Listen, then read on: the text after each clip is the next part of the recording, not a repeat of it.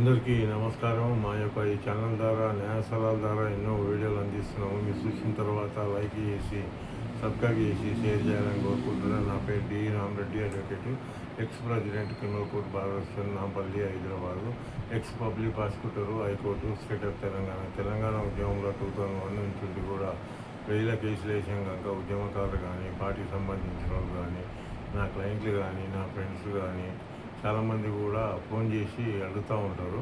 ఈ మధ్యకాలంలో మొత్తం క్రిమినల్ మొత్తం చేంజ్ అయిందంట కదా సార్ అని చెప్పేసి చాలా ఇంపార్టెంట్ క్వశ్చన్ కూడా ఇది. ఎందుకంటే భారతదేశం మొత్తం కూడా 29 రాష్ట్రాలలో ఎందుకంటే క్రిమినల్ మొత్తం కూడా చేంజ్ అయింది.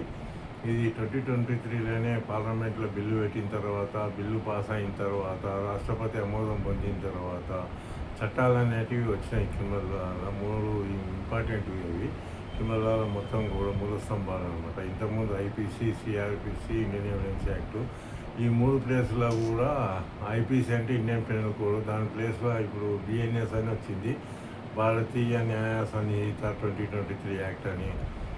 సిఆర్పిసి ప్లేస్లోనేమో భారతీయ నాగరిక సురక్ష సంహిత 2023, ఇండియన్ ఎవిడెన్స్ యాక్ట్ ప్లేస్లోనేమో బిఎస్సి అని వచ్చింది, భారతీయ సాక్ష్య అధినియము. ఈ 3 యాక్ట్లు కూడా చాలా ఇంపార్టెంట్. ఎందుకంటే సివిల్ యాక్ట్లు చేంజ్ కాలే, క్రిమినల్ యాక్ట్ ఒకటే చేంజ్ అయినాయి.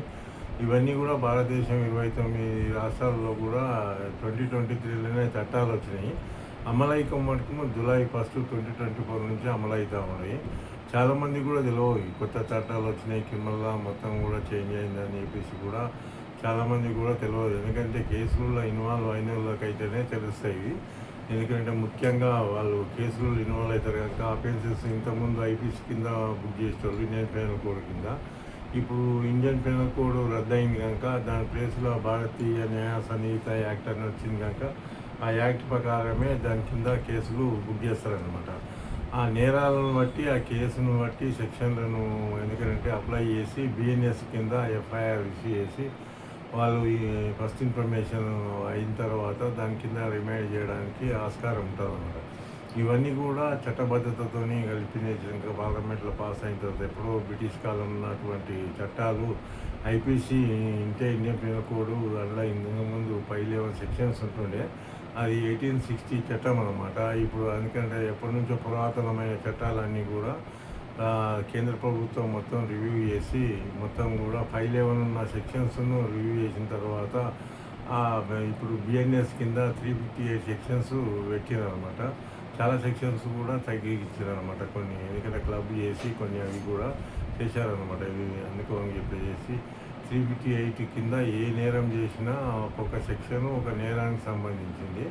అందుకోనికి దాని కింద బిఎన్ఎస్ కింద కేసు రిజిస్టర్ చేస్తే మనము, ఎందుకంటే ఇంతకుముందు సిఆర్పిసిని ఫాలో అయ్యేటోళ్ళము క్రిమినల్ ప్రొసీజర్ కోడ్. ఇప్పుడు క్రిమినల్ ప్రొసీజర్ కోడ్ లేదు కనుక మనము ప్రొసీజర్ కింద పోలీసు వాళ్ళు అరెస్ట్ చేస్తే తర్వాత స్టెప్ ఏముంటుంది, ప్రొసీజర్ కింద ఫాలో అయ్యి మనం బెయిల్ పొందడం కానీ, కేసు ఎందుకంటే ట్రయల్ చేయడం కానీ, పోలీసు వాళ్ళు కూడా ఎఫ్ఐఆర్ చేసిన తర్వాత రిమాండ్, ఇవన్నీ కూడా ప్రొసీజర్ వాళ్ళు కూడా బిఎన్ఎస్ఎస్ కిందనే ఫాలో అవుతారు. బిఎన్ఎస్ఎస్ కింద ఇంతకుముందు సిఆర్పిసిలో 484 సెక్షన్స్ ఉంటుండే. 484 సెక్షన్స్ ఎందుకంటే ఇంతకుముందు కొన్ని సెక్షన్స్ క్రిమినల్ ప్రొసీజర్ కోడ్ 1973 చట్టం ఇది, దాంట్లో కొన్ని సెక్షన్స్ పెరిగి 531 అయినాయి అన్నమాట. బిఎన్ఎస్ కింద 531 ఒక్కొక్క సెక్షన్ ఒక ప్రొసీజర్ అనమాట. కేసును how to conduct the trial, procedure discharge the accused person, how to get bail, ఇవన్నీ కూడా ప్రొసీజరు ఫాలో కావాల్సింది. ఇంతకుముందు సిఆర్పిసి ఫాలో అవుతుంది కనుక సిఆర్పిసి రద్దు అయినాయి కనుక దాని ప్లేస్లో బిఎన్ఎస్ఎస్ వచ్చింది కనుక భారతీయ నాగరిక సురక్ష సంహిత. అందుకని దీని కింద అడ్వకేట్లు కానీ, పోలీసు వాళ్ళు కానీ, జడ్జెస్ కానీ, జనరల్ పబ్లిక్ కానీ బిఎన్ఎస్ఎస్నే ఫాలో అయ్యి కోర్టులో, ఎందుకంటే పిటిషన్ వేయాలన్నా ఏదైనా మిస్లేనియస్ వరకు ఏదున్నా కూడా బిఎన్ఎస్ఎస్ కిందనే ఫాలో కావాలి. అందుకని చాలామంది కూడా నాకు ఫోన్ చేసి అడుగుతూ ఉంటారు, ఈ చట్టాలు ఏమన్నా రద్దు అయిన తర్వాత ఏమన్నా ఇంపార్టెంట్ ఏమన్నా కొన్ని యాడ్ చేసిందో సార్ అని చెప్పేసి కూడా.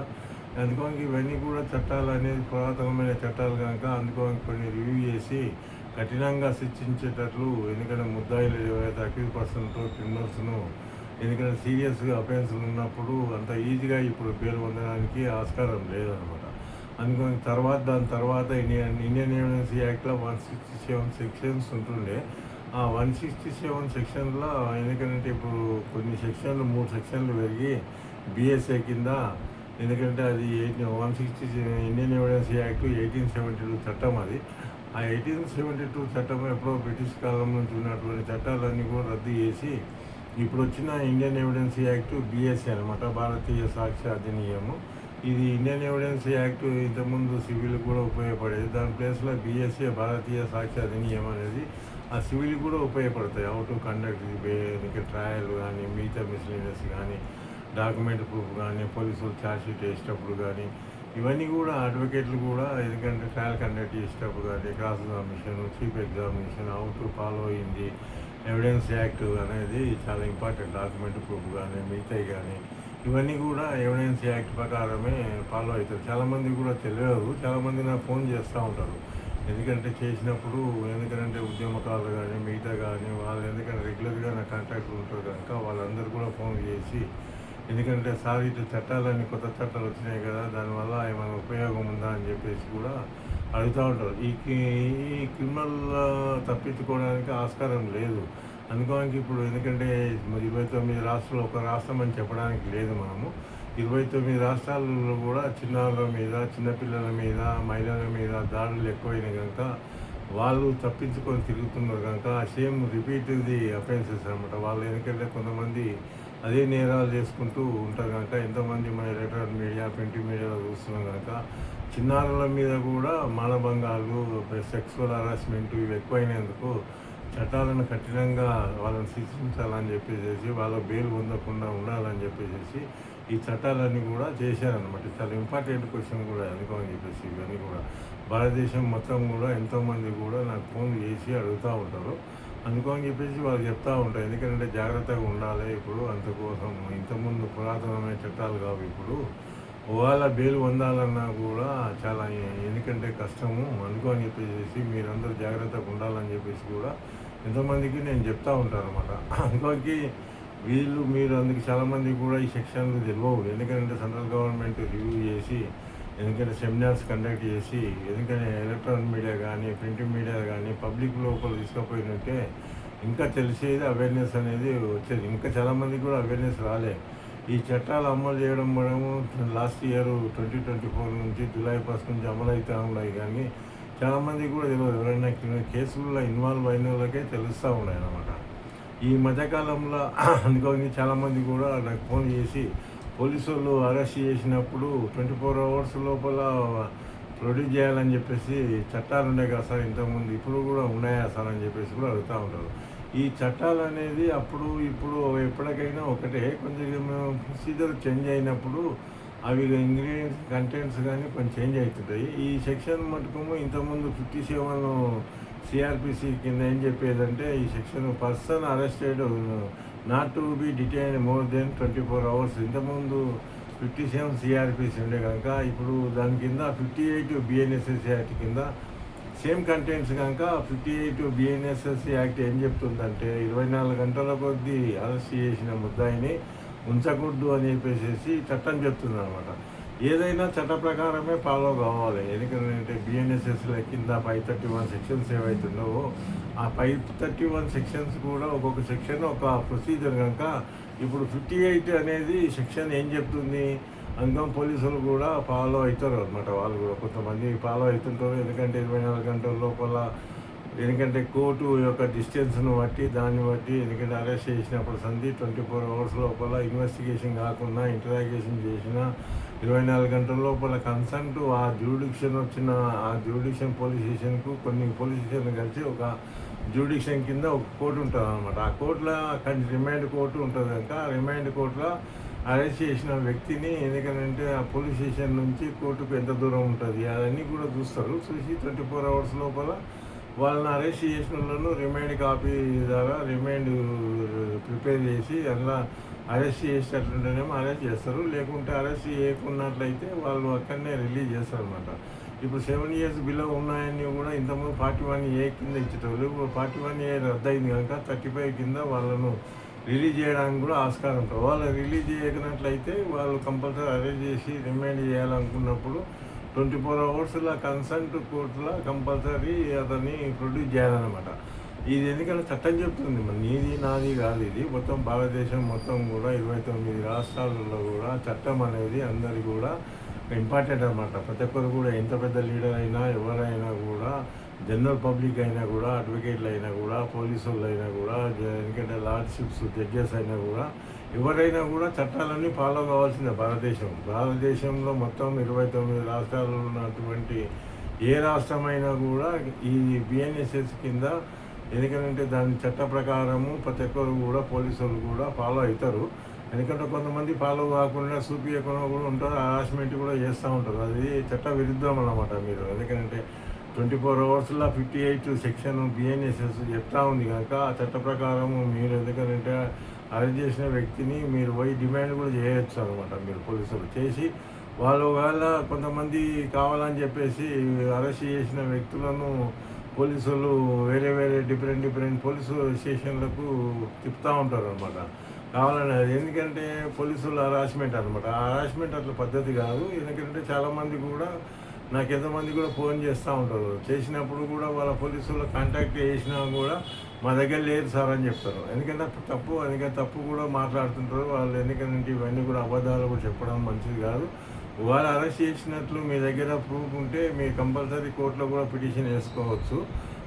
పిటిషన్ వేసుకున్నట్లయితే జడ్జి గారు కూడా ఆర్డర్ ఇస్తారనమాట. 24 గంటల లోపల ఎందుకు మీరు అరెస్ట్ చేసిన వ్యక్తిని నా దగ్గర ఎందుకు ప్రొడ్యూస్ చేయలేదని చెప్పేసి కూడా కన్సల్ట్ కోర్టు దగ్గర మీరు ఒక పిటిషన్ పెట్టుకున్నట్లయితే ఆ జడ్జి గారు కూడా వాళ్ళు లీగల్గా వాళ్ళ మీద యాక్షన్ తీసుకోవడానికి ఉంటుంది. లేకుంటే మీరు దాని కింద ఎందుకంటే హైబస్ కార్పస్ గురించి హైకోర్టులో రిట్ పిటిషన్ వేసినా కూడా దాంట్లో ఎందుకంటే జడ్జి గారు, హైకోర్టు జడ్జెస్ కూడా దాని మీద ఆర్డర్ చేసి ఎందుకంటే ఇమ్మీడియట్లీ అతను ప్రొడ్యూస్ చేయండి అని కూడా చట్టాలు ఈ మధ్య కాలంలో ప్రింట్ మీడియా, ఎలక్ట్రానిక్ మీడియాలో కూడా చూస్తూ ఉంటాము.